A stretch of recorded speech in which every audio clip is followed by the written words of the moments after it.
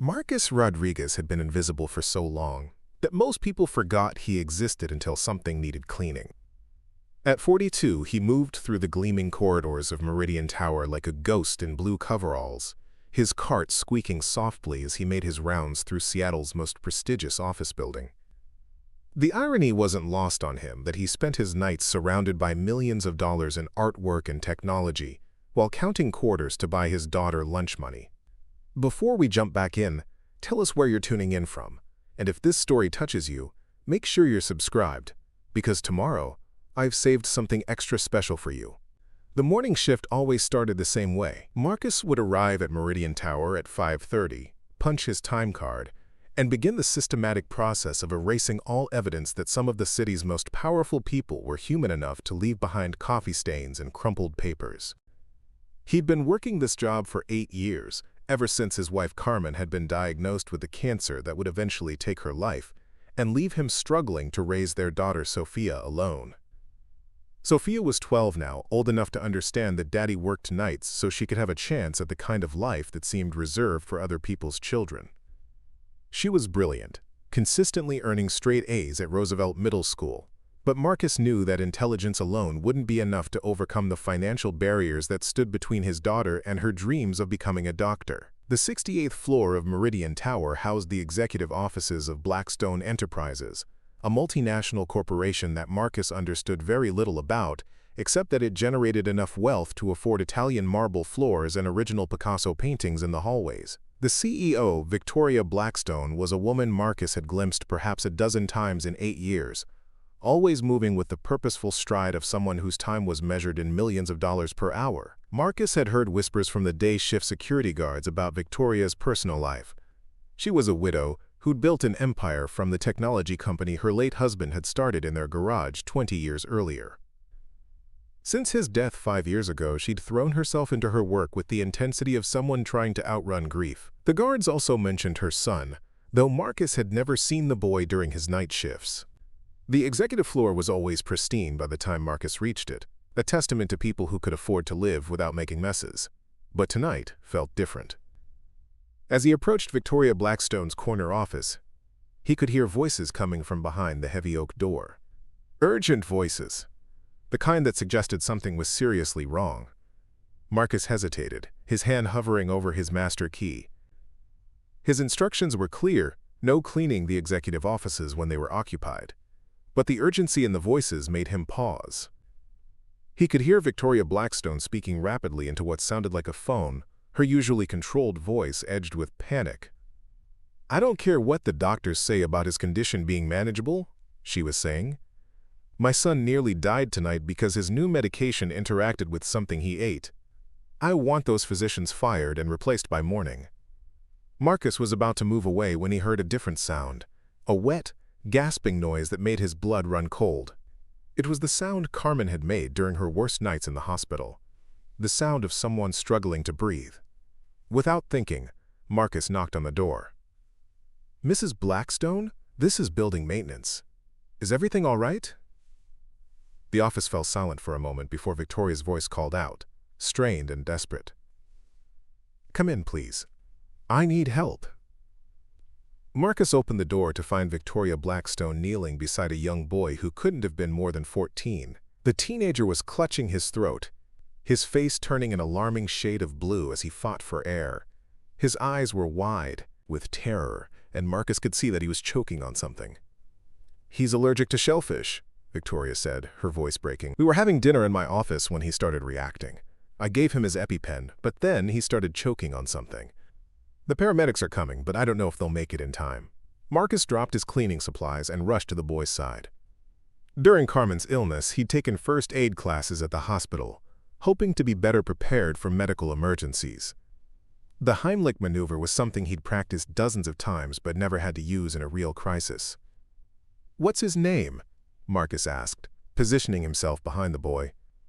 "Alexander," Victoria whispered. "His name is Alexander."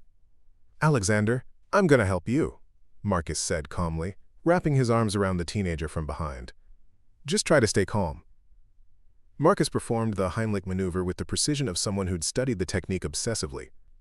On the third compression, a piece of what looked like lobster shell flew from Alexander's mouth, followed by a desperate gasp as air rushed back into his lungs. The boy collapsed forward, coughing violently but breathing. Victoria Blackstone, one of the most powerful women in Seattle, broke down sobbing as she pulled her son into her arms. "Thank you," she whispered to Marcus, her voice thick with emotion. "Thank you for saving my son's life." Paramedics arrived 10 minutes later, but Alexander was already breathing normally, his color returning to normal as the combination of his EpiPen and Marcus's intervention had prevented what could have been a fatal emergency. As they prepared to transport the boy to the hospital for observation, Victoria approached Marcus with tears still streaming down her face. "You saved his life," she said simply. "I don't know how to thank you for what you've done." Marcus felt uncomfortable with her gratitude. He'd simply done what anyone would have done in the same situation. "I'm just glad he's okay, Mrs. Blackstone. That's all that matters." Victoria studied Marcus for a moment, as if seeing him clearly for the first time despite his 8 years of working in her building.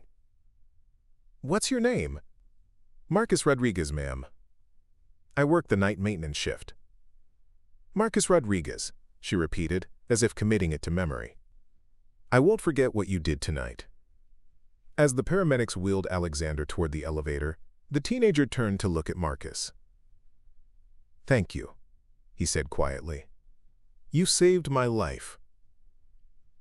Marcus watched them disappear into the elevator, feeling the familiar ache in his chest that came whenever he thought about Sofia and how fragile life could be. He'd lost Carmen, despite all the medical intervention money could buy. Tonight, he'd been able to save someone else's child, and that felt like a small victory against the forces that seemed determined to take away the people he cared about. The rest of his shift passed in a blur. Marcus cleaned Victoria's office, carefully disposing of the remnants of their interrupted dinner and straightening furniture that had been displaced during the emergency. By the time he finished his rounds, dawn was breaking over Seattle's skyline, painting the city in shades of gold and pink that made even the industrial buildings look beautiful. Marcus drove home to the small apartment he shared with Sofia in the Rainier Valley, a neighborhood that existed in a different economic universe from the gleaming towers of downtown Seattle. Their building was older, constructed in the 1970s when optimism about affordable housing had briefly outweighed the realities of urban development. The walls were thin enough that Marcus could hear Mrs. Patterson's television through the bedroom wall, and the heating system made noises that suggested it was held together by hope and duct tape. Sofia was already awake when Marcus arrived home, sitting at their small kitchen table with her homework spread out in neat piles. She looked up as he entered, her dark eyes bright with the intelligence that reminded him so much of Carmen. "How was?" Preparing and narrating this story took us a lot of time, so if you are enjoying it, subscribe to our channel. It means a lot to us. Now, back to the story. "Work, Dad?" she asked, continuing to write in what appeared to be a history report. "Different tonight," Marcus said, settling into the chair across from her. "I helped someone who was in trouble." Sofia looked up with interest. She'd inherited her mother's compassion, along with her intelligence, always eager to hear about ways people helped each other. "What kind of trouble?" Marcus told her about Alexander Blackstone, editing out the more frightening details but explaining how he'd been able to help someone who was choking. Sofia listened with the focused attention she gave to everything that mattered to her. "Is he okay now?" she asked when Marcus finished. "I think so." The paramedics took him to the hospital, but he was breathing normally when they left. Sofia nodded with satisfaction. "Mom always said that helping people was the most important thing we could do, even if we don't have much money." The mention of Carmen hit Marcus like it always did, a mixture of love and loss that never seemed to fade. Carmen had been a nurse before her illness, someone who dedicated her life to caring for others. She would have been proud of what Marcus had done tonight. "Speaking of helping people," Sofia said, returning to her homework, "I need $20 for the field trip to the Science Museum next week. Mrs. Chen says it's optional, but everyone else is going." Marcus felt the familiar tightness in his chest that came whenever Sofia needed something that stretched their already tight budget. $20 was groceries for 3 days, or half of their monthly phone bill, or the difference between keeping the lights on and receiving a disconnect notice. "I'll figure something out, Mia," he said. using the Spanish endearment Carmen had always favored. "Maybe I can pick up some extra shifts." Sofia's expression grew serious in the way that always made Marcus's heart ache. She was 12 years old, but she'd learned to read the financial stress in his voice with the accuracy of an accountant. "Dad, it's okay if I can't go. Mrs. Chen said I can do an alternative assignment instead." "No," Marcus said firmly. "You're going on that field trip. Smart kids like you deserve to see the science museum." Sofia smiled, but Marcus could see the worry in her eyes. She'd learned too young that wanting something and being able to afford it were two different things. At 12, she already understood the mathematics of poverty in ways that broke her father's heart. Marcus managed 3 hours of sleep before his alarm woke him for his afternoon shift at the warehouse. He worked at 2 jobs, nights at Meridian Tower and afternoons loading trucks at Patterson Distribution, a job that paid less per hour but provided the additional income that kept them afloat. Between the 2 jobs, he managed about 30 hours of sleep per week, a schedule that left him constantly exhausted but financially solvent. The warehouse job was physically demanding, requiring Marcus to load and unload delivery trucks in all weather conditions. His supervisor, Ray Martinez, was a decent man who understood that Marcus's situation required flexibility and had arranged his schedule to accommodate both jobs. "You look like hell, Rodriguez," Ray observed as Marcus clocked in for his shift. "When's the last time you got a full night's sleep?" "Sleep is for people without bills," Marcus replied, pulling on his work gloves. Ray shook his head with the expression of someone who'd seen too many good people ground down by circumstances beyond their control. "This can't go on forever, Marcus. Your body's gonna give out if you keep pushing yourself like this." Marcus knew Ray was right, but he also knew that stopping wasn't an option. Sofia needed stability, needed to know that her father would provide for her no matter what it cost him personally. The memory of Carmen's final days, when they'd struggled to afford her medications while insurance companies found new ways to deny coverage, drove him to work harder than his body could sustain. The afternoon shift passed without incident, but Marcus found himself thinking about the previous night's emergency. Something about Victoria Blackstone's gratitude had felt different from the usual polite acknowledgments he received from building tenants. There had been an intensity in her voice, a sense that she understood the magnitude of what had almost happened to her son. After finishing his warehouse shift, Marcus drove home to find Sofia doing homework at the kitchen table while watching a cooking show on their small television. She looked up as he entered, her face bright with excitement. "Dad, you're not going to believe what happened at school today." Marcus settled into his chair, grateful for the brief respite before he had to prepare for another night shift. "Tell me everything." Mrs. Chen announced that 3 students from our class have been selected for the advanced science program at the University of Washington. Sofia said, her voice bubbling with enthusiasm. "It's a summer program where middle school students get to work with real scientists on research projects." Marcus felt a surge of pride mixed with dread. Sofia's intelligence had always been obvious, but advanced programs typically came with costs that were beyond their reach. "That's amazing, Mija." "Did Mrs. Chen say how students get selected?" Sofia's expression grew more serious. "It's based on grades and a science project presentation. The good news is that I qualify academically. The challenging news is that the program costs $1,500 for the summer session. $1,500 might as well have been $15,000. Marcus's monthly take-home from both jobs was barely enough to cover rent, utilities, food, and Sofia's basic school expenses. The kind of opportunity Sofia was describing belonged to families with different kinds of resources. "When do you have to decide?" Marcus asked, trying to keep his voice neutral. "The applications are due in 2 weeks, but Mrs. Chen said the program fills up quickly. She thinks I have a really good chance of being accepted." Marcus looked at his daughter, seeing Carmen's intelligence and determination reflected in her young face. Sofia deserved every opportunity the world could offer, but the world seemed determined to price her out of the chances that could change her life. "We'll figure something out," Marcus said, though he had no idea how.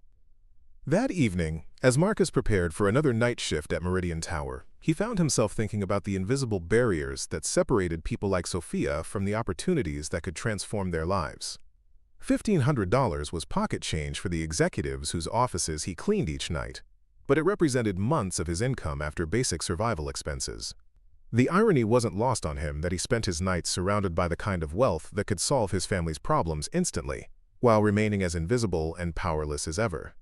The people whose trash he emptied and whose floors he mopped lived in a different economic universe, one where a child's educational opportunity wouldn't require choosing between rent and advancement. Marcus arrived at Meridian Tower for his usual shift, expecting the building to have returned to its normal rhythm after the previous night's emergency. But as he made his way to the 68th floor, he noticed something unusual. The security desk had a visitor log with his name highlighted, and the guard on duty looked up as Marcus approached. "Rodriguez," the guard called out. "Mrs. Blackstone left word that she wants to see you when you arrive." "She's still in her office." Marcus felt a flutter of nervousness as he rode the elevator to the executive floor. In 8 years of working at Meridian Tower, he'd never been summoned to meet with any of the tenants.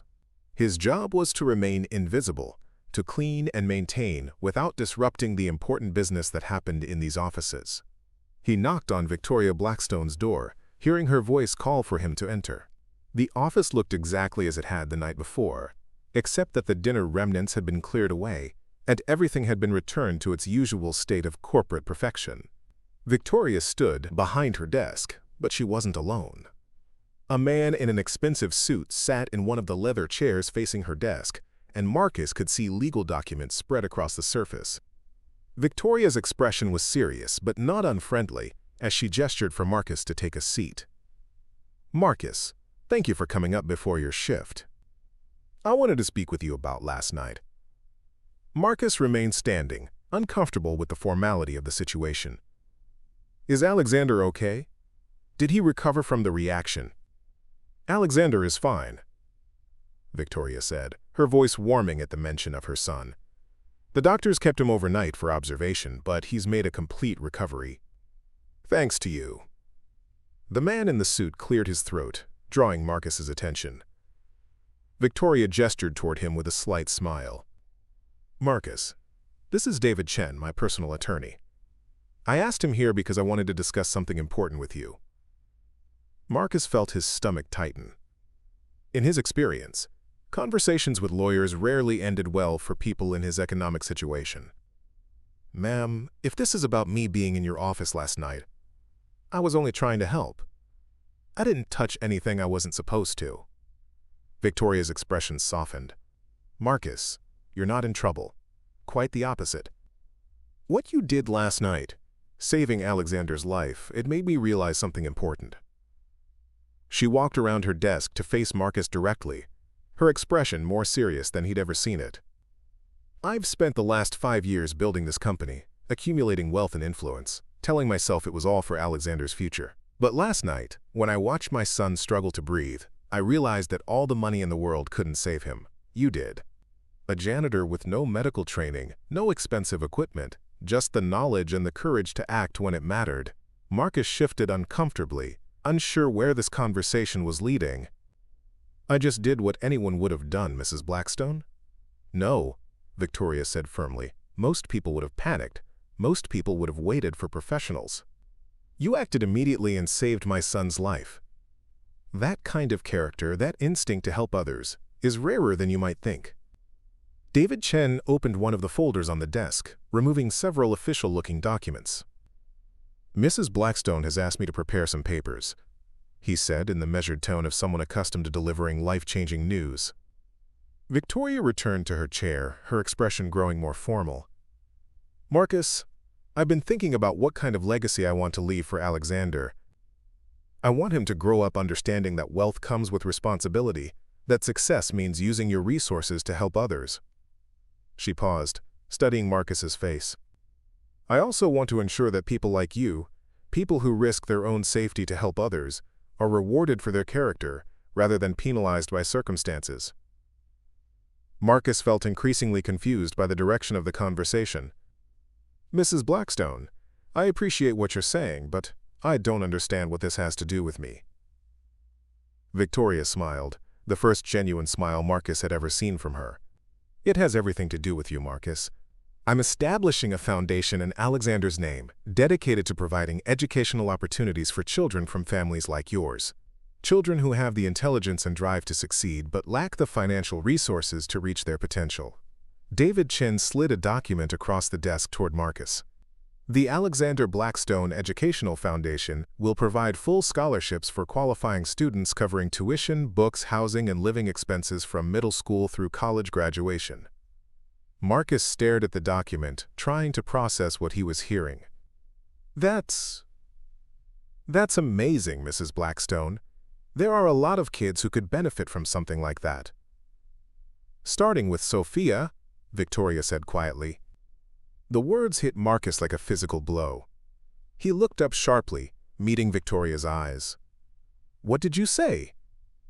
I said, starting with Sofia. Your daughter. The first recipient of the Alexander Blackstone Educational Foundation Scholarship will be Sofia Rodriguez. Marcus felt the room spinning around him. Mrs. Blackstone, I don't understand. How do you even know about Sofia? Victoria's expression grew gentle. Marcus, after what you did last night, I wanted to understand who you were. I asked my security team to provide me with information about your background. I learned about your wife's illness, about the sacrifices you've made to support Sofia's education, about the 2 jobs you work to keep your family afloat. She paused, her voice growing softer. I also learned about Sofia's academic record. She's exceptional, Marcus. Her teachers describe her as one of the most brilliant students they've ever encountered. She deserves every opportunity to develop that potential. David Chen pointed to specific sections of the document. The scholarship covers immediate enrollment in any educational program Sofia chooses, including the Advanced Science program at the University of Washington. All expenses paid, plus a living stipend for your family. Marcus stared at the papers, unable to believe what he was reading. The scholarship wasn't just for tuition. It included housing assistance, medical coverage, and even provisions for family support during Sofia's educational journey. Mrs. Blackstone, Marcus said finally, his voice barely above a whisper, this is too much. I can't accept something like this. Victoria leaned forward, her expression intense. Marcus, last night you gave me the most precious gift anyone could offer. You gave me my son's life. Nothing I could ever do would be adequate repayment for that gift. She gestured toward the documents. This isn't charity, Marcus. This is an investment in the kind of people who make the world better. You proved last night that character matters more than circumstances. Sofia has inherited that character, along with her intelligence.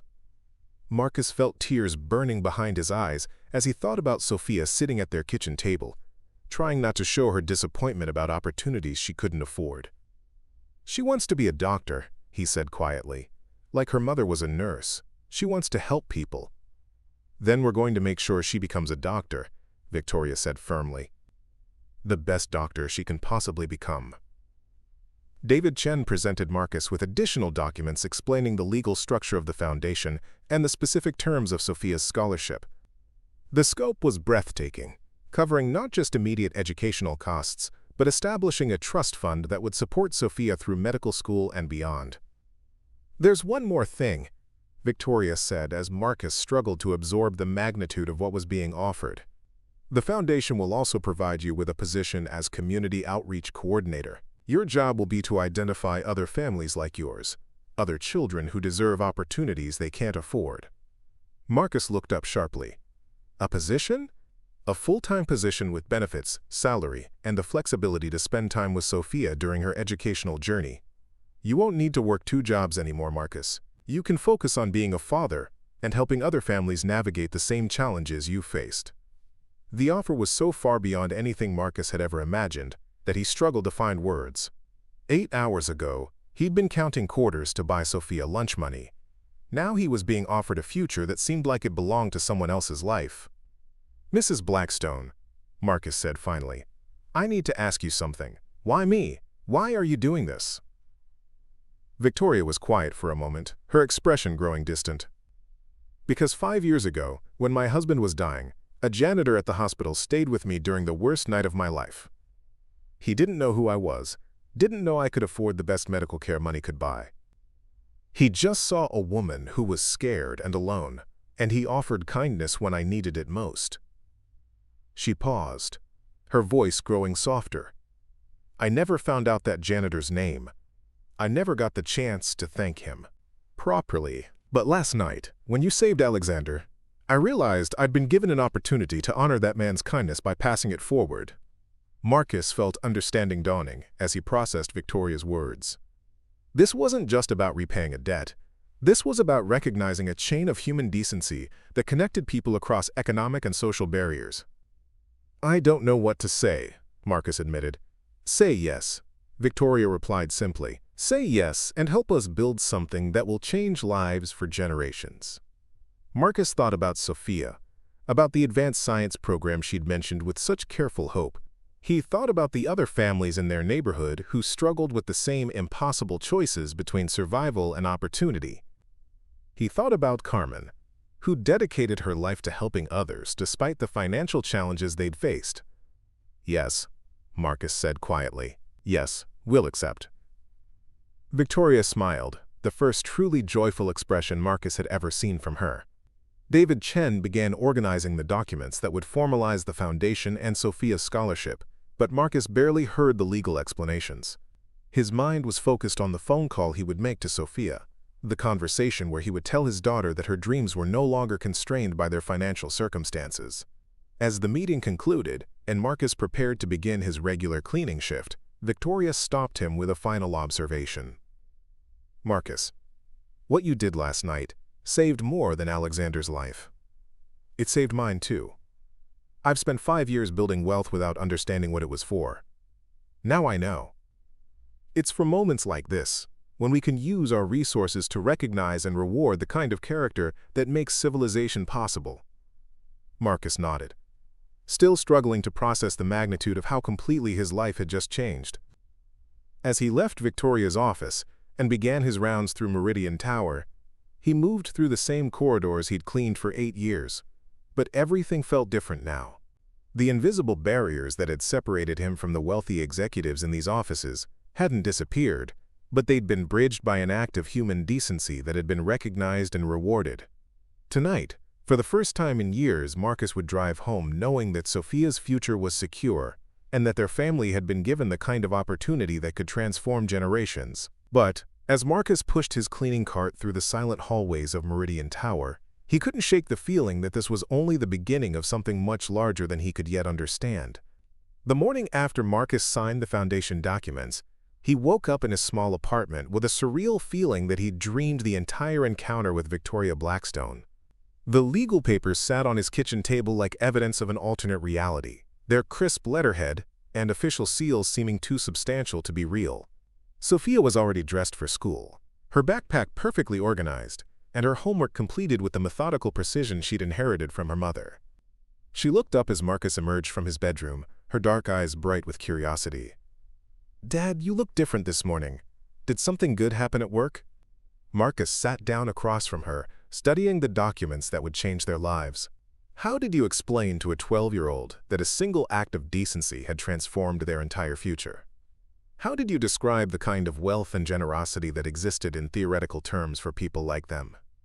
"Mija, I need to tell you about something that happened last night. Something that's going to change things for us." Sofia set down her spoon, giving Marcus the focused attention she reserved for serious conversations. Over the past 4 years since Carmen's death, she'd learned to read the subtle indicators that separated routine discussions from life-altering announcements. Marcus told her about Alexander Blackstone's medical emergency, about performing the Heimlich maneuver, about Victoria's gratitude, and the foundation she'd established. He watched Sofia's expression shift from curiosity to amazement to careful skepticism as she processed the magnitude of what he was describing. "So this lady wants to pay for my education because you helped her son?" Sofia asked, her voice carrying the cautious disbelief of someone who'd learned not to trust unexpected good fortune. "Not just your education, college, medical school.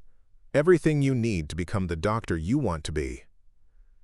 Sofia was quiet for a long moment, her analytical mind working through the implications. Dad, people don't just give away that kind of money. What does she want from us? The question revealed Sofia's premature understanding of the transactional nature of most human interactions, a wisdom born from growing up in circumstances where everything had strings attached and nothing came free. She wants us to succeed, Marcus said simply. She wants to know that helping people matters, that character gets rewarded sometimes instead of just being taken advantage of. Sofia nodded slowly, but Marcus could see the wariness in her eyes. At 12, she'd already developed the defensive mechanisms that protected people who couldn't afford to be disappointed by promises that seemed too good to be true. When do we find out if it's real? She asked. Marcus pointed to the phone number on David Chen's business card. I'm going to call the lawyer this morning and start the process for your advanced science program application.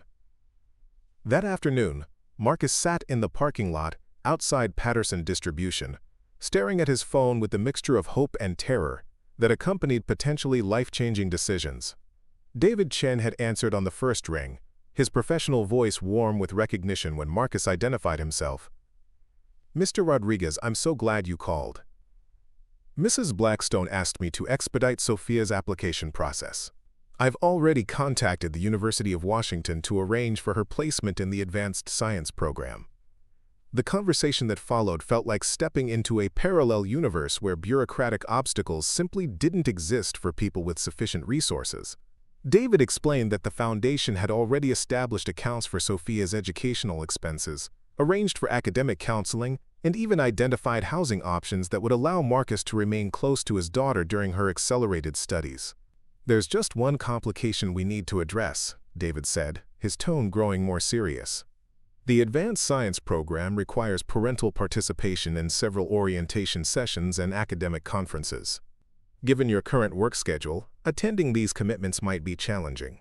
Marcus felt his stomach tighten as reality intruded on his brief moment of optimism. 2 jobs meant no flexibility, no opportunity to attend the kind of academic events that Sofia's new opportunities would require. How many sessions are we talking about? Marcus asked. Approximately 8 hours per week during the program, plus weekend conferences once a month. The university considers parental involvement essential for student success in accelerated programs. 8 hours per week represented nearly a full day's wages from his warehouse job, money that Marcus couldn't afford to lose even with the foundation's support. The cruel irony wasn't lost on him that Sofia's educational opportunity might require sacrifices that would compromise their basic financial stability. Mr. Chen, I need to figure out how to make this work with my job situation. David's voice carried understanding mixed with gentle insistence. Mr. Rodriguez, Mrs. Blackstone anticipated this challenge. She asked me to remind you that the foundation position we discussed would provide the flexibility you need to support Sofia's education while maintaining your family's financial security. The position Victoria had offered seemed almost too convenient, too perfectly designed to solve Marcus's immediate problems. In his experience, solutions that appeared without complications usually carried hidden costs that revealed themselves later. What exactly would this job involve? Marcus asked. Community outreach coordination, identifying families who could benefit from educational support, conducting needs assessments, serving as a liaison between the foundation and potential scholarship recipients.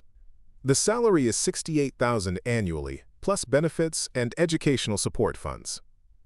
$68,000 represented more money than Marcus had ever imagined earning in a single year. Combined with the educational support, it would provide the kind of financial stability that had seemed permanently beyond their reach. When would Mrs. Blackstone need an answer about the position? She'd prefer to have you start next week if possible. The foundation is moving quickly to establish its programs, and she values your perspective on the challenges families face when pursuing educational opportunities. Marcus thanked David and hung up, sitting in his truck while afternoon workers streamed into Patterson Distribution for the shift he would normally be joining. The decision felt impossibly large, requiring him to trust people he barely knew with his family's future. That evening, Marcus drove to Roosevelt Middle School for Sofia's parent-teacher conference, one of the academic obligations he'd managed to schedule around his work commitments. Mrs. Chen, Sofia's science teacher, greeted him with obvious excitement about Sofia's selection for the advanced science program. "Mr. Rodriguez, I have to tell you that in 15 years of teaching, I've rarely encountered a student with Sofia's combination of intellectual curiosity and academic discipline. This program could be transformative for her future." Mrs. Chen showed Marcus Sofia's recent project on renewable energy systems, a sophisticated analysis that demonstrated college-level research skills and scientific reasoning. Looking at his daughter's work, Marcus felt the familiar mixture of pride and inadequacy that accompanied recognition of Sofia's extraordinary potential. "The program director mentioned that parental involvement is crucial for student success," Marcus said. "How important is that component?" Mrs. Chen's expression grew more serious. "Very important. The students in this program are working with complex material that requires support and reinforcement at home. Parents need to understand what their children are learning to provide appropriate encouragement and guidance." She paused, studying Marcus's face. "Is there something specific you're concerned about?" Marcus explained his work situation and the scheduling conflicts that Sofia's educational advancement would create. Mrs. Chen listened with the understanding of someone who'd seen many bright students limited by family circumstances beyond their control. "Mr. Rodriguez, I don't want to overstep boundaries, but Sofia mentioned that someone is offering educational support for your family. Is that accurate?" Marcus nodded, still struggling with the surreal nature of their situation. "A scholarship foundation. They want to cover Sofia's educational expenses and offer me a position that would provide more flexibility for her academic needs." Mrs. Chen smiled with genuine pleasure. "That's wonderful news. Sofia deserves every opportunity to develop her potential. But Mr. Rodriguez, I want you to understand something important about programs like this." She pulled out a folder containing information about the advanced science program's history and student outcomes. "This isn't just about academic advancement. Students in this program become part of a network that influences their entire career trajectory. Sofia would be working alongside children from Seattle's most privileged families, forming relationships that could shape her professional opportunities for decades." Marcus studied the program materials, noting the impressive list of alumni who'd gone on to prestigious universities and successful careers in science and technology. The networking aspect hadn't occurred to him, but Mrs. Chen was right about its importance. "The challenge," Mrs. Chen continued, "is that Sofia will need to navigate social and cultural differences that could be intimidating. The other students in this program come from families with very different resources and expectations." Marcus felt a new concern developing as he considered the social dynamics Sofia would encounter. Academic excellence was only part of the equation in environments where family background and cultural capital played significant roles in student success. "What kind of support do families typically need to help students succeed in this environment?" Marcus asked. Mrs. Chen's expression grew thoughtful. "Confidence, mostly. These students need to understand that they belong in advanced academic settings regardless of their family's economic status. They need parents who can advocate for them when they encounter challenges." As Marcus drove home from the conference, he found himself thinking about the invisible barriers that separated families like his from the opportunities that wealthy families took for granted. Sofia's intelligence would open doors, but walking through those doors successfully required a kind of cultural knowledge that couldn't be taught in textbooks. The next morning, Marcus called David Chen and accepted Victoria Blackstone's offer. The decision felt both necessary and terrifying, but Sofia's future was worth the risk of trusting people whose motivations he didn't fully understand. Victoria's assistant, an efficient woman named Rebecca Torres, called Marcus that afternoon to schedule his orientation meeting and discuss the transition from his current jobs to the foundation position. Her voice carried the professional warmth of someone accustomed to managing complex schedules and high-stakes arrangements. "Mr. Rodriguez, Mrs. Blackstone would like to meet with you Friday afternoon to discuss your role with the foundation. She's also arranged for Alexander to be present, since he specifically requested the opportunity to thank you personally." The thought of meeting Alexander in a non-emergency context made Marcus nervous in ways he couldn't quite articulate. The boy represented a world of privilege and opportunity that existed parallel to Marcus's experience, and he wasn't sure how to bridge that cultural divide. Friday afternoon found Marcus standing outside Victoria Blackstone's office, wearing his best dress shirt and the tie he'd purchased for Carmen's funeral 4 years earlier. Rebecca Torres greeted him with professional courtesy and ushered him into the executive conference room adjacent to Victoria's office. The conference room was designed to impress, with floor-to-ceiling windows offering spectacular views of Elliott Bay and the Olympic Mountains beyond. The furnishings were elegant but comfortable, suggesting an environment where serious business could be conducted without intimidation. Victoria entered the room accompanied by Alexander, who looked remarkably healthy considering his medical emergency 5 days earlier. The teenager was tall for his age, with his mother's intelligent eyes and the kind of confident bearing that came from growing up with unlimited opportunities. "Marcus," Victoria said warmly, "I'd like you to meet my son properly. Alexander, this is Mr. Rodriguez, the man who saved your life." Alexander stepped forward with the poise of someone who'd been taught proper social interactions from early childhood. But when he spoke, his voice carried genuine emotion rather than rehearsed politeness. "Mr. Rodriguez, I want to thank you for what you did. The doctors said I would have died if you hadn't acted so quickly." Marcus felt uncomfortable with the boy's gratitude, still struggling to accept the magnitude of the consequences his actions had prevented. "I'm just glad you're okay, Alexander. How are you feeling?" "Much better. Mom has hired a nutritionist to make sure I avoid anything that might trigger another allergic reaction, and I'm carrying 3 EpiPens now instead of 1. Victoria gestured for Marcus to take a seat at the conference table, where several folders were arranged with his name prominently displayed. The organization suggested that significant thought and planning had gone into structuring his new role. "Marcus, I want to explain what we envision for your position with the foundation. The goal is to identify families who could benefit from educational support but might not know how to access available resources." She opened one of the folders, revealing demographic studies and needs assessments for the Seattle metropolitan area. The data painted a comprehensive picture of educational opportunity gaps and the barriers that prevented talented students from reaching their potential. The foundation will provide scholarships, but that's only part of the solution.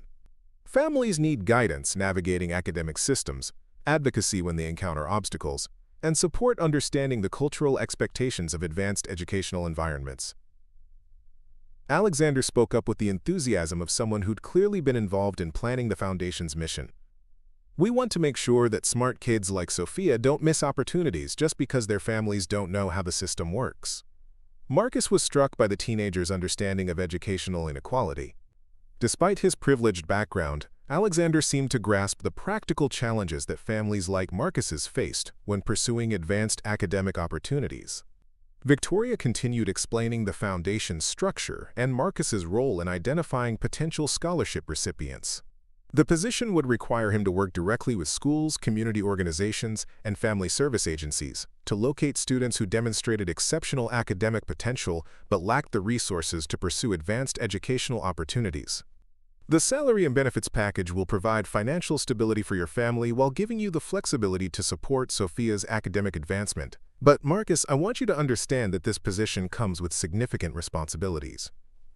She slid another folder across the table, this one containing case studies of students who'd received similar educational support from other foundations. The stories were inspiring but also revealed the complexity of factors that influenced student success in advanced academic environments. "Educational opportunity is only the beginning," Victoria explained. "Students need ongoing support, mentorship, and advocacy to succeed in environments where their backgrounds might be different from their peers. Your job will be to provide that support not just for Sofia, but for every student the foundation assists." Marcus studied the case studies, noting the various challenges students had encountered and the interventions that had helped them succeed. The work seemed both important and demanding, requiring skills he wasn't sure he possessed. "Mrs. Blackstone, I have to be honest about something. I don't have experience with academic systems beyond basic public education. How can I help families navigate opportunities I don't understand myself?" Victoria smiled with understanding. "Marcus, you have something more valuable than academic credentials. You have personal experience with the challenges these families face. You understand the practical obstacles, the financial constraints, and the cultural barriers that can prevent talented students from succeeding." Alexander nodded enthusiastically. "Besides, you'll have resources and training to help you learn the academic systems. What you already know is how to help people, and that's the most important part." The meeting continued for another hour as Victoria and David Chen explained the legal structure of the foundation, Marcus's employment terms, and the timeline for implementing the scholarship programs. The scope was ambitious, with plans to support 50 students annually within 3 years of operation. As the formal discussion concluded, Victoria asked Alexander to show Marcus the foundation's temporary offices, which had been established on the building's 60th floor. As they walked through the corridors, Alexander proved to be an engaging guide, pointing out various features of Meridian Tower and explaining his mother's business empire with the casual knowledge of someone who'd grown up around corporate operations. "Mr. Rodriguez," Alexander said as they entered the foundation offices, "can I ask you something personal?" Marcus nodded, curious about what the teenager wanted to know. "When you saw me choking, were you scared? Did you worry about whether you'd be able to help?" The question revealed Alexander's own processing of the traumatic experience he'd survived. Marcus considered his response carefully, recognizing that his answer might influence how the boy understood his own vulnerability and resilience. "I was terrified," Marcus admitted, "but I was more scared of not trying to help than I was of failing. Sometimes you have to act even when you're afraid, especially when someone else's life depends on it." Alexander nodded thoughtfully. "That's what Mom said. She told me that courage isn't about not being scared. It's about doing the right thing, even when you are scared." As they toured the foundation offices, Marcus began to understand the scope of what Victoria was building. The space was equipped with computers, research materials, and meeting rooms designed to support comprehensive family services. This wasn't a simple scholarship program. It was an infrastructure for systemic change. "The foundation is going to help a lot of families," Alexander said with obvious pride. "Mom says that when you save one person, you're really saving everyone they're going to help in the future."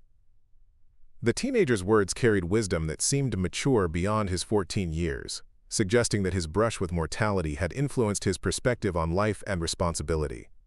That evening, Marcus returned home to find Sofia waiting with barely contained excitement. Mrs. Chen had called to inform her that her application for the advanced science program had been approved, and she would begin the program the following Monday. "Dad, I can't believe this is really happening," Sofia said, her voice bright with anticipation and anxiety. "What if I'm not smart enough to keep up with the other students?" Marcus sat down beside his daughter, thinking about Alexander's question about courage and fear. "Mija, you're going to be scared sometimes, and that's okay. Being scared doesn't mean you're not smart enough. It means you care about doing well." Sofia nodded, but Marcus could see the uncertainty in her eyes. She was stepping into a world that neither of them fully understood, armed with intelligence and determination, but lacking the cultural knowledge that her new classmates would take for granted. "Sofia, I want you to remember something important. You belong in that program. You earned your place there with your hard work and your brilliant mind. Don't let anyone make you feel like you don't deserve to be there." As Sofia prepared for bed that night, Marcus reflected on the week that had transformed their lives. 7 days ago, he'd been an invisible janitor counting quarters for his daughter's lunch money. Now he was the community outreach coordinator for a foundation that could change hundreds of lives, and Sofia was beginning an educational journey that would shape her entire future. But as Marcus lay in bed, staring at the ceiling of their small apartment, he couldn't shake the feeling that this was only the beginning of a much more complex story. Victoria Blackstone's generosity seemed genuine, but wealth of her magnitude rarely came without complications that weren't immediately apparent. The foundation represented hope and opportunity, but it also represented entry into a world where Marcus and Sofia would be permanent outsiders, dependent on the continued goodwill of people whose lives and motivations they barely understood.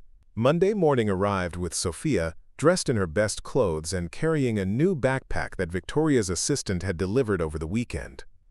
The advanced science program was being held at the University of Washington campus, a 30-minute drive from their apartment that would now become part of their daily routine. As Marcus drove Sofia to her first day in the program, he found himself thinking about Mrs. Chen's warning about social and cultural challenges. The university campus was beautiful but intimidating, with its imposing buildings and obvious atmosphere of academic privilege. "Dad, what if the other kids are really different from me?" Sofia asked as they approached the science building where the program was housed. Marcus parked the car and turned to face his daughter. "Then you'll teach them something about what it means to work hard for your opportunities. and they'll teach you something about confidence and expectation. You'll learn from each other." Sofia nodded, gathering her courage as she prepared to enter a classroom full of students whose families could afford private tutors, test preparation courses, and educational consultants. But as she walked toward the building, Marcus saw something in her posture that reminded him of Carmen's determination when facing medical challenges that seemed insurmountable. Sofia Rodriguez was her mother's daughter, armed with intelligence, character, and the kind of resilience that came from understanding that opportunities were precious because they were rare. She would succeed in this program not despite her background, but because of the strength it had given her. But as Marcus watched Sofia disappear into the science building, he couldn't help wondering what other challenges lay ahead in their journey through a world where their presence was both welcome and unprecedented. The foundation work began that afternoon, with Marcus reporting to his new office for orientation and training. Rebecca Torres had arranged for him to meet with Dr. Sarah Kim, an educational consultant who specialized in helping families navigate academic advancement opportunities. Dr. Kim was a woman in her 40s with the kind of focused intelligence that reminded Marcus of Carmen's medical colleagues. She greeted him with professional warmth and immediately began explaining the complexities of educational advocacy work. "Mr. Rodriguez, the families we'll be working with face multiple barriers to academic advancement. Financial constraints are only the beginning. Many parents don't understand how to communicate with teachers, how to advocate for their children's needs, or how to navigate the cultural expectations of advanced academic environments." She showed Marcus case files from similar programs, explaining the various interventions that had helped students succeed and the warning signs that indicated when additional support was needed. "Your role will be part counselor, part educator, and part advocate. You'll be helping families understand systems that weren't designed with their backgrounds in mind." The training continued throughout the week as Marcus learned about educational psychology, family dynamics, and the bureaucratic structures that governed academic advancement opportunities. The work was challenging but engaging, requiring him to develop skills he'd never imagined needing. By Friday, Marcus had begun conducting his first family assessments, visiting homes throughout Seattle to meet with parents and students who'd been identified as potential scholarship recipients. The visits revealed the universal nature of parental hopes and fears, regardless of economic circumstances. In a cramped apartment in Georgetown, he met Maria Santos, a single mother working 2 restaurant jobs, while her son Carlos excelled in mathematics despite attending an under-resourced high school. In a subsidized housing complex in Rainier Beach, he encountered David Kim, whose daughter Jenny had been accepted to a summer science program but couldn't afford the participation fees. Each family represented a different set of challenges and opportunities, but Marcus found himself drawing on his own experiences to help parents understand the importance of advocating for their children's educational needs. "The hardest part," he told Dr. Kim during their weekly supervision meeting, "is convincing parents that their children deserve these opportunities. They're so used to being told no that they have trouble believing yes is possible." Dr. Kim nodded with understanding. "That's why your perspective is so valuable, Marcus. You've lived through the same doubts and fears these families are experiencing. When you tell them their children belong in advanced programs, they believe you in ways they might not believe a consultant with advanced degrees." As his first month with the foundation concluded, Marcus began to understand the true scope of what Victoria Blackstone had created. The scholarship money was important, but the advocacy and support services were what made lasting change possible for families who'd been excluded from educational advancement opportunities. Sofia's progress in the advanced science program had been remarkable, though not without challenges. She'd initially struggled with the aggressive pace of instruction and the confident participation style that came naturally to her classmates. But her academic performance was exceptional, and she'd begun forming friendships with students whose backgrounds were vastly different from her own. "Some of the kids have their own tutors for every subject," Sofia told Marcus over dinner one evening. "But they're really interested in how I learned to be good at math without any help. They think it's amazing that I figured out calculus concepts on my own." Marcus smiled at his daughter's growing confidence. "What do you think about that?" Sofia considered the question seriously. "I think we all have different advantages. They have tutors and test prep courses, but I have something they don't have." "What's that?" "I know what it feels like to really want something and work for it, because you might not get another chance. They expect opportunities, but I appreciate them." As summer progressed, Marcus found himself increasingly comfortable in his role with the foundation, But he also began noticing subtle dynamics that made him uneasy. Victoria Blackstone remained supportive and engaged, but there were aspects of the foundation's operations that seemed unnecessarily complex and opaque. Financial reports were handled exclusively by David Chen's law firm, with limited transparency about how funds were allocated and managed. Board meetings were closed to staff, and decision-making processes seemed concentrated in Victoria's hands without meaningful input from educational professionals or community representatives. Most troubling, Marcus began receiving calls from other janitors and maintenance workers at Meridian Tower, all reporting visits from well-dressed individuals asking questions about Marcus's background, work history, and family circumstances. They said they were from an insurance company, reported Jimmy Patterson, who cleaned the 42nd floor, but they were asking weird questions about your character, your reliability, whether you'd ever talked about the building's tenants. The inquiries felt intrusive and unnecessary, suggesting a level of scrutiny that went beyond normal employment verification. When Marcus raised his concerns with Rebecca Torres, she assured him that background investigations were routine for Foundation employees who worked with vulnerable families. But Marcus's experience with institutional systems had taught him to be wary of explanations that seemed designed to discourage further questions. Something about the Foundation's operations felt less transparent than Victoria's initial presentation had suggested.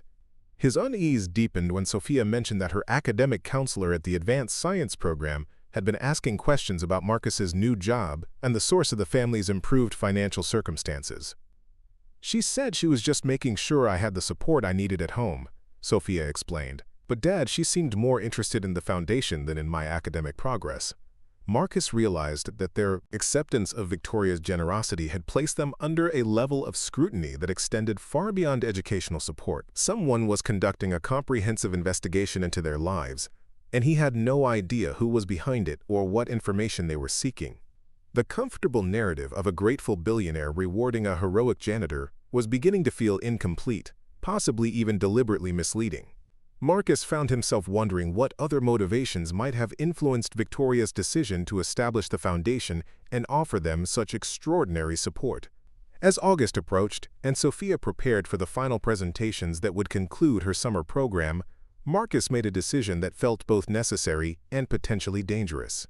He was going to investigate the Alexander Blackstone Educational Foundation and discover what Victoria Blackstone really wanted from his family. The truth, he suspected, was going to be far more complicated than a simple story of gratitude and generosity.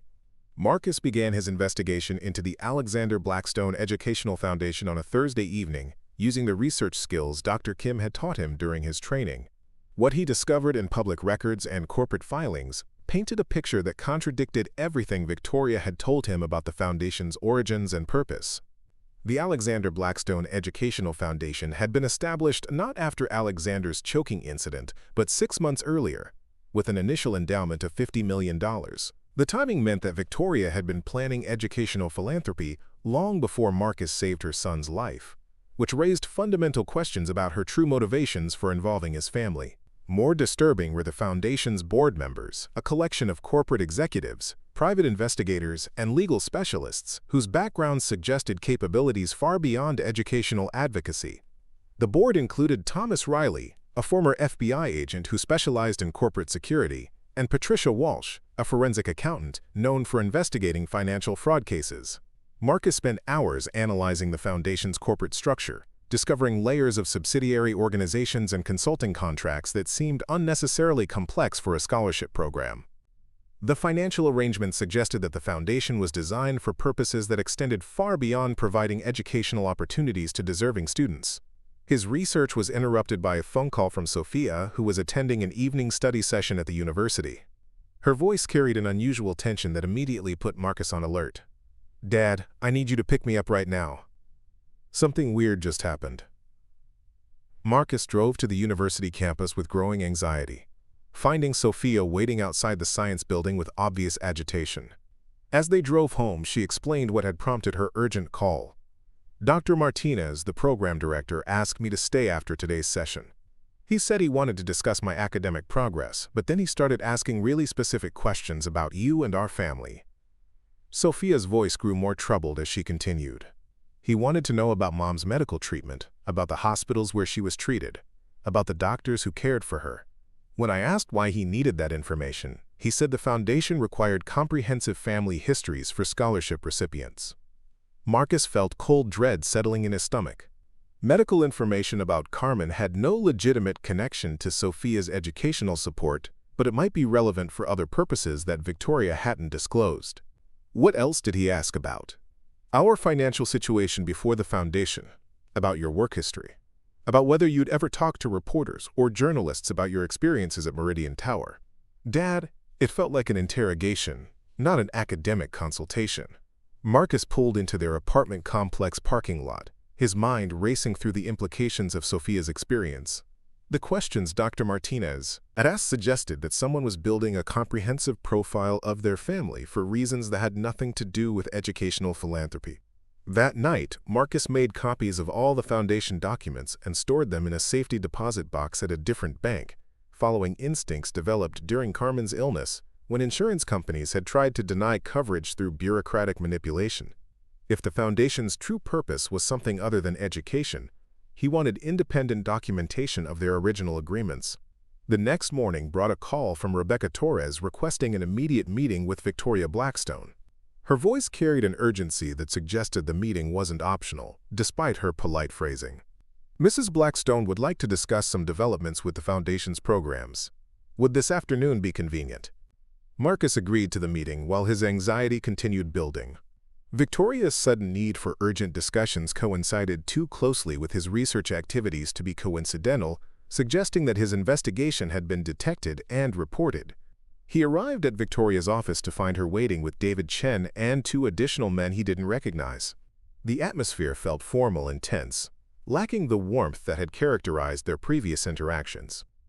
"Marcus, thank you for coming on short notice," Victoria said, her voice carrying none of its usual friendliness. "We need to discuss some concerns that have developed regarding your position with the Foundation." She gestured for Marcus to take a seat across from the group, an arrangement that felt more like a tribunal than a collegial meeting. David Chen opened a folder containing documents that Marcus couldn't see from his position. "We've become aware of some unusual activity associated with your Foundation accounts," Victoria continued. "There have been inquiries into the Foundation's financial structure, research into board member backgrounds, and what appears to be an investigation into our organizational operations." Marcus felt his heart racing but forced himself to maintain calm composure. "I'm not sure what you're referring to, Mrs. Blackstone. Could you be more specific about these concerns?" One of the unidentified men spoke for the first time, his voice carrying the authority of someone accustomed to conducting interrogations.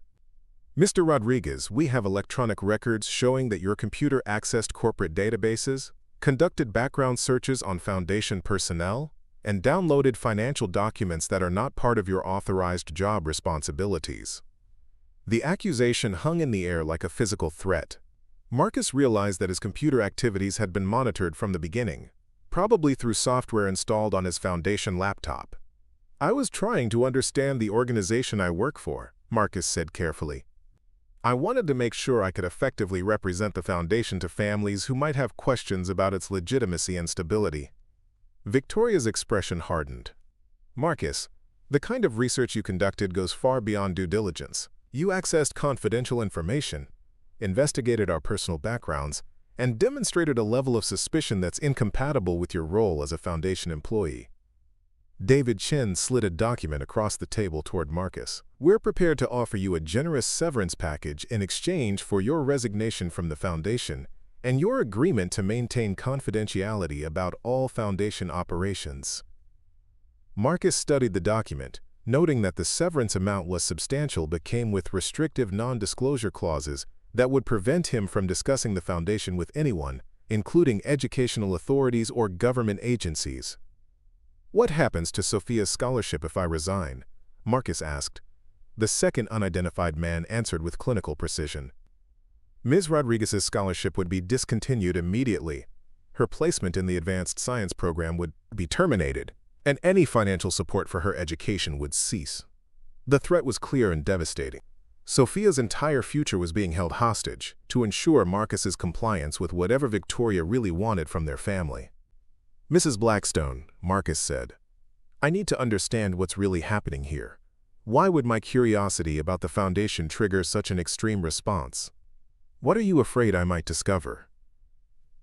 Victoria was quiet for a long moment, studying Marcus with the calculating expression of someone making a difficult decision. When she spoke, her voice carried a different quality, more authentic than the carefully controlled tone she'd maintained throughout their previous interactions. Marcus. The Alexander Blackstone Educational Foundation serves multiple purposes, only one of which involves providing scholarships to deserving students. The foundation also functions as a research organization studying the effectiveness of different approaches to social intervention and behavioral modification. Marcus felt understanding beginning to dawn, as Victoria's words revealed the true scope of what he'd become involved in. "What kind of research?" David Chen answered with the matter-of-fact tone of someone explaining a routine business operation. "The foundation studies how financial incentives and educational opportunities can be used to influence family behavior, community dynamics, and individual decision-making processes. Your family represents a particularly valuable case study." Victoria continued the explanation with growing candor. "We wanted to understand how a family's circumstances, values, and choices change when they're provided with unprecedented opportunities. Your response to Alexander's emergency, combined with your family's financial struggles and Sofia's academic potential, made you ideal subjects for this research." Marcus stared at the group, processing the magnitude of the deception that had shaped the past 3 months of their lives. They hadn't been recipients of Victoria's gratitude. They'd been unwitting participants in a behavioral experiment designed to study how economic incentives influenced human choices. "You've been treating us like laboratory animals," Marcus said, his voice rising despite his efforts to remain calm. "We've been providing your family with opportunities that have transformed Sofia's future and given you financial stability you could never have achieved otherwise," Victoria replied. "The research component doesn't diminish the genuine benefits you've received." One of the unidentified men opened another folder, revealing photographs and documents that made Marcus's blood run cold. The photos showed Sofia at the university, Marcus at his foundation office, and detailed surveillance images of their daily activities over the past 3 months. "The research requires comprehensive documentation of behavioral changes, social adaptations, and psychological responses to sudden economic advancement," the man explained. "Your family's adjustment to your new circumstances has provided valuable data about resilience, adaptation, and the long-term effects of financial security on family dynamics." Marcus realized that every aspect of their lives since Alexander's emergency had been observed, recorded, and analyzed by researchers who viewed their family as subjects rather than human beings deserving of respect and dignity. "The severance agreement includes provisions for Sofia to complete the advanced science program," David Chen said, returning to the practical matters at hand. "But any further educational support would be contingent on your family's continued cooperation with the research protocols." Victoria leaned forward, her expression growing more serious. "Marcus, I want you to understand that this research has genuine scientific value. The data we're collecting could influence how educational interventions are designed and implemented for thousands of families in similar circumstances." "You want us to continue being your research subjects," Marcus said. "We want you to continue benefiting from opportunities that have already changed your family's trajectory while contributing to research that could help other families achieve similar advancement." Marcus looked around the room at faces that no longer seemed friendly or generous, but calculating and manipulative. The foundation's true purpose was to study how families like his responded to sudden wealth and opportunity, treating their personal experiences as data points in a larger behavioral experiment. "What happens if we refuse to continue participating in your research?" The answer came from David Chen with bureaucratic precision. "Sofia's scholarship would be terminated, your employment with the foundation would end, and you would be required to repay any financial benefits you've received over the past 3 months. The repayment requirement would bankrupt their family and destroy Sofia's educational opportunities, ensuring that refusing to participate would be more devastating than agreeing to continue as research subjects." Marcus stood up from his chair, understanding that he'd been maneuvered into a position where he had no good choices. Victoria's initial presentation of grateful generosity had been a carefully constructed deception designed to make his family dependent on support that came with hidden obligations. "I need time to think about this," Marcus said. Victoria nodded with apparent understanding. "Of course. But Marcus, I want you to consider what's best for Sofia's future. The research protocols don't require anything harmful or intrusive. You would simply continue living your lives while our team documents the positive changes that educational support and financial stability have made possible. As Marcus prepared to leave the meeting, Victoria made one final observation that revealed the depth of her manipulation. Marcus, everything you've achieved over the past 3 months, Sofia's academic advancement, your family's financial security, your ability to provide the kind of future you've always wanted for your daughter, all of that has been made possible by the Foundation's support. Walking away from our research would mean walking away from everything you've gained. Marcus left Meridian Tower understanding that he faced an impossible choice between his family's dignity and Sofia's future. Victoria Blackstone had used their gratitude and hope against them, creating a situation where refusing to participate in behavioral research would destroy everything they'd built over the past 3 months. That evening, Marcus explained the situation to Sofia, watching her process the revelation that their good fortune had been part of an elaborate deception. Her response revealed the wisdom and strength she'd inherited from Carmen. "Dad, they think they're studying us, but maybe we can study them too. If we stay in their program, we can learn how their system works, and maybe help other families avoid being deceived the same way."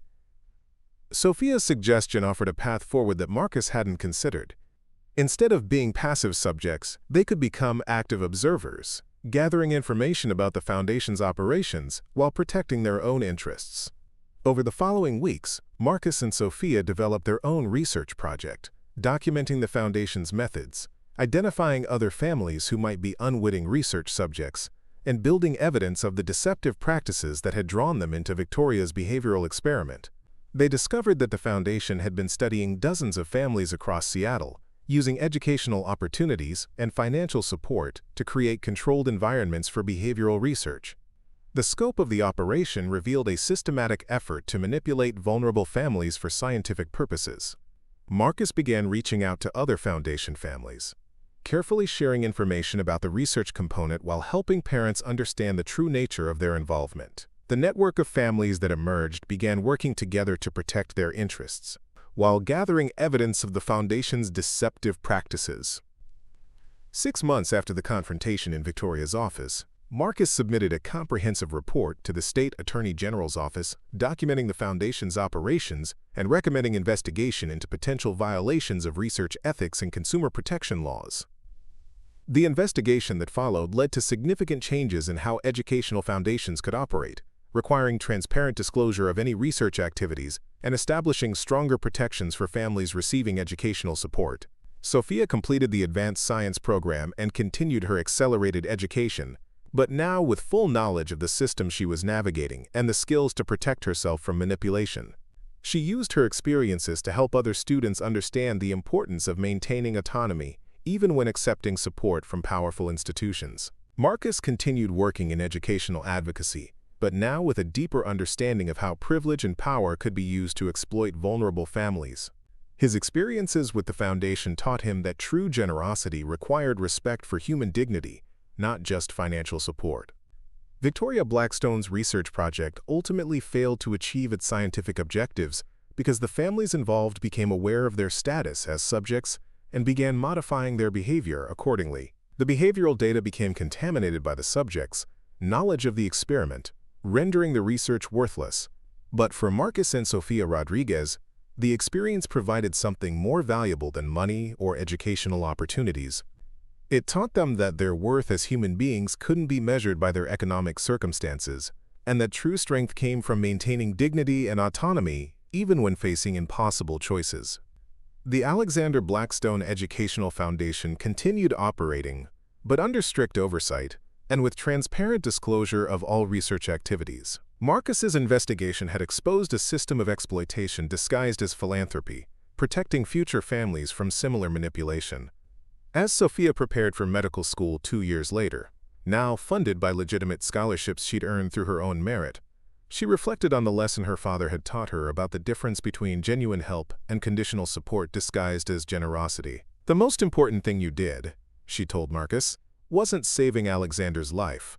It was refusing to let them treat us like we were less than human just because we needed help." Marcus agreed, understanding that the real victory hadn't been exposing Victoria's deception, but maintaining their family's integrity throughout an experience designed to compromise their autonomy and dignity. Up next, you've got two more standout stories right on your screen. If this one hit the mark, you won't want to pass these up. Just click and check them out.